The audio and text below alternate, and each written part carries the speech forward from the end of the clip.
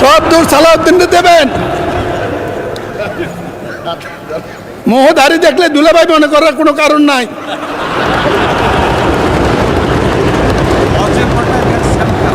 দালাল চক্রের কঠোর দমন, স্বরাষ্ট্রমন্ত্রী দমন যেখানে আপনি সেখানে।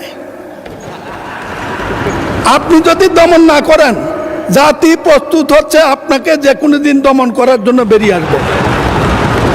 মাননীয় স্পিকার, ইউরোপ যাত্রা একটা মরণ ফাঁদ। দালাল চক্রের প্রলোভন, যে মানবীয় দানবীয় ঘটনা ঘটে এর একটা বিচারও আজ পর্যন্ত হয়েছে বলে জানা নাই।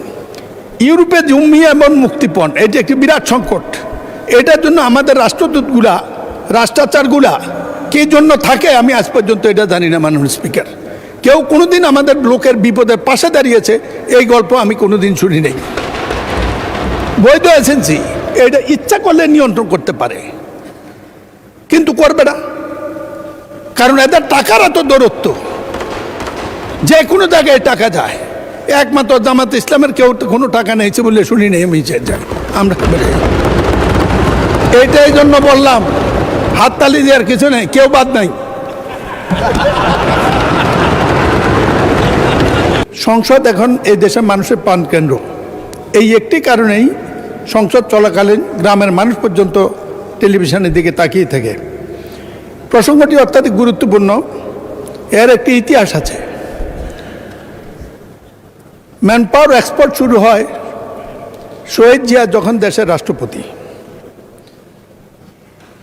ইরাক কুয়েত যুদ্ধের সময় আল-কুদসের সদস্য হিসেবে শহীদ জিয়া যখন মধ্যপ্রাচ্যের মধ্যস্থতা নিয়োজিত, সৌদি আরব, মিশর, তার চেয়ে যখন শহীদ জিয়া জনপ্রিয়, সেই যুগে শহীদ জিয়া সৌদি আরব থেকে মধ্যপ্রাচ্যে এই শ্রমশক্তি রপ্তানির ব্যবস্থা করেন, মন্ত্রণালয় করেন। শ্রম মন্ত্রণালয় ছিল। অ্যাকাউন্টসের অন্য অভিজ্ঞ লোক তার নামে একজন লোক প্রথম মন্ত্রী হয়েছিল। সেই সময়ে 80-র দশকে, সেই সময়ের পর 80-র দশকে তখন হজের লোক নিত, হজ ভলেন্টিয়ার 300 থেকে 3000 পর্যন্ত লোক নিত। তাদের যে সৌদি আরব ঠিক করেছিল মাত্র 5000 টাকা, বিমান টিকিটও তারা দিত। কিন্তু এই দেশে ম্যান পাওয়ার, আদম ব্যবসায়ী দানবরা এই প্রত্যেক থেকে 1.5 থেকে 2 লাখ টাকা নিত। 3 মাসের ভিসার জায়গায় তাদেরকে ওখানে ফেলে দিয়ে চলে আসতো। এর অন্যতম উদ্যোক্তা বরকতুল্লাহ বলে আমাদের বরকত ভাই নাম বলেছেন, লোটাস কামাল, তিনি আমার প্রতিদ্বন্দ্বী, তার নামটা আমি বলতে চাই না, গীবত হবে কিনা জানি না। তাকে এনে জিজ্ঞেস করলে জানা যাবে কত ক্রাইম এক্ষেত্রে করেছে। তাদের এই সৃষ্ট মানব সংকটে দানবদের ভূমিকার কারণে আজকে ম্যান পাওয়ারের এত প্রশ্নগুলো এসেছে। অনেক সমাধানের প্রস্তাব অনেক, কোনো সমাধানের প্রস্তাব নাই। আমি শুধু বলবো, সংক্ষেপে লিখে নিয়ে এসেছি, কয়েকটা প্রস্তাব দেব। এই ব্যাপারে কোনো সন্দেহ নেই, আমাদের মধ্যে মধ্যপ্রাচ্যের রিমিটেন্স, বিদেশি মুদ্রা বাংলাদেশের অর্থনীতির প্রাণকেন্দ্র এখন। এই জন্য তাদেরকে যে কোনো পর্যায়ে সহযোগিতা, মর্যাদা দেওয়া উচিত। এটার একটা মাত্র কারণ, বৈধ সময় বর্তমান সংকট সীমিত সুযোগ হয়েছে। এক সময় সৌদি আরব, মধ্যপ্রাচ্যের দেশগুলো আমাদের প্রধান সম্ভাবনা থাকলেও বর্তমানে নামমাত্র দেশে সীমিত পরিসর হচ্ছে। অধিকাংশ মধ্যপ্রাচ্যের লোক যাওয়ার এখন নগণ্য। মালয়েশিয়ার শ্রমবাজার বন্ধ, তার জন্য দায়ী এই সিন্ডিকেট। সকল সরকারের সময় একটা সিন্ডিকেট কাজ করে। আমরা আশা করি আমাদের সরকারের সময় একে কাজ করতে দেওয়া হবে না, সরকার কাজ করবে। ইউরোপ যাত্রা একটা মরণ ফাঁদ। দালাল চক্রের প্রলোভন, যে মানবীয় দানবীয় ঘটনা ঘটে এর একটা বিচারও আজ পর্যন্ত হয়েছে বলে জানা নাই। আমি জনাব তারেক রহমান সরকারকে, আমাদের সরকার কৃতজ্ঞতা জানাই।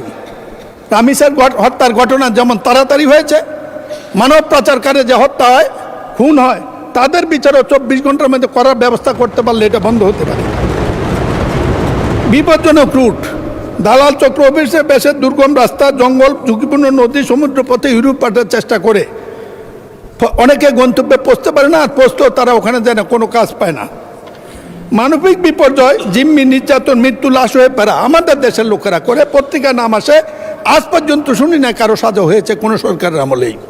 এই ব্যাপারটি দেখার জন্য মন্ত্রণালয় আছে। আমাদের মন্ত্রণালয় এখন অত্যাধিক ভালো মানুষ কাজ করছে, আর বিশেষ করে বৈষম্যবিরোধী আন্দোলনের নেতা আমাদের নুরুল হক নূর এখানে মন্ত্রী, তারাও যদি এই সমাধান করতে না পারে আমরা আর কার কাছে চাইব? সুতরাং আমি আশা করি মন্ত্রণালয় করলে এই ব্যাপারটি রোধ করা যাবে। ইউরোপে জমি এবং মুক্তিপণ এটি একটি বিরাট সংকট। এটার জন্য আমাদের রাষ্ট্রদূতগুলা, রাষ্ট্রাচারগুলা কে জন্য থাকে আমি আজ পর্যন্ত এটা জানি না। মাননীয় স্পিকার, কেউ কোনোদিন আমাদের লোকের বিপদের পাশে দাঁড়িয়েছে এই গল্প আমি কোনোদিন শুনি নাই।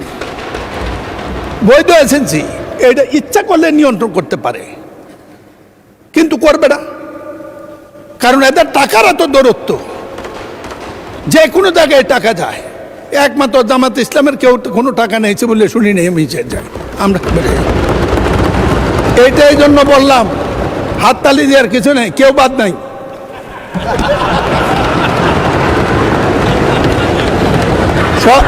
সব দূর সালাউদ্দিনকে দেবেন। মোহধারী দেখলে দুলাভাই মনে করার কোনো কারণ নাই।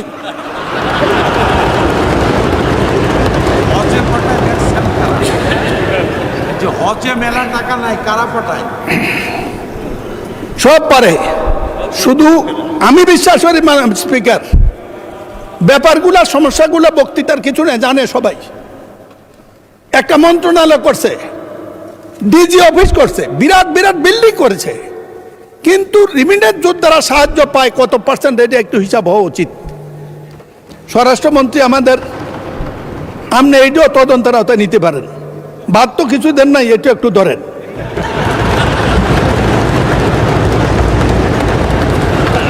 বৈধ রিক্রুটিং এজেন্সি এবং সম্মানিত লোক ক্রিমিনাল যার ইতিহাস নাই তাকে বৈধ লাইসেন্স দেওয়া হবে না, যে ইচ্ছে সে হোক। মাননীয় সদস্য 1 মিনিটে কনক্লুড করেন। মাননীয় স্পিকার, একই তো কথা শুরু করলাম মাত্র, আপনি দিলেন বন্ধ করে। আচ্ছা 2 মিনিট, যাই হোক, আচ্ছা 2 মিনিটে কনক্লুড করেন। আমাদের প্রধানমন্ত্রী মালয়েশিয়া যাচ্ছেন, এটা মানুষকে ভোটের চেয়ে বেশি আশাবাদী করেছে। মালয়েশিয়ার সাথে আমাদের সমস্যা, যে সমস্যাগুলো বিদ্যুৎ সরকার এবং ম্যানপাওয়ার নিড করেছে, এটা সমাধান হইলে এরপরে প্রধানমন্ত্রীকে প্রস্তাব করবো অবিলম্বে আপনি সৌদি আরবে যান, এই দরজা খুলে দেন।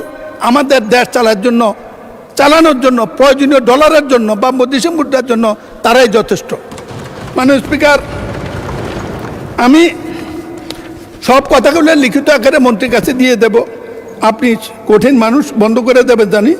বন্ধ শ্রমিক বাজার উদ্ধার করার কোনো বিকল্প নেই, জোরদার কূটনৈতিক তৎপরতা। মাননীয় স্পিকার, ফরেন সার্ভিসের সবচেয়ে গুরুত্ব হলো ডিপ্লোম্যাটরা ওখানে করেটা কি, তাদেরকে একদিন সংসদে আনেন, আমরা একদিন শুনি, আমি অভিযোগ করব, জবাব দেখ। এই সংসদীয় কমিটির কথা দরকার নেই, অলরেডি সংসদীয় কমিটি গঠিত হবে শ্রম মন্ত্রণালয়ের যাকে দেবেন উনি থেকে এদেরকে ডেকে জিজ্ঞেস করুক লোকরা নির্যাতিত হয় কেন, পাসপোর্ট নেওয়ার সমস্যা কেন। মাননীয় স্পিকার, দালাল চক্রের কঠোর দমন, স্বরাষ্ট্রমন্ত্রী দমন যেখানে আপনি সেখানে। আপনি যদি দমন না করেন, জাতি প্রস্তুত হচ্ছে আপনাকে যে কোনো দিন দমন করার জন্য বেরিয়ে আসবে। মাননীয় স্পিকার, আমি যেদিন দাঁড়াই সেদিনে আপনি চেয়ারে থাকেন। আমার একটু সীমাবদ্ধতা আছে, আপনার সাথে বিতর্ক করতে পারি না। আমি বলছিলাম সময় যখন দেবেন ইচ্ছা করে এই যে কিছু কথা বলার জন্য দিয়ে, যাই হোক 6 মিনিটে যথেষ্ট দিয়েছেন, আপনাকে ধন্যবাদ। আমি শুধু বলবো এই ব্যাপারটি সমাধানের সাথে মাননীয় সরকার প্রধান জনাব তারেক রহমান হাউজে নাই, আপনারা আছেন বিরোধী দল মিলে।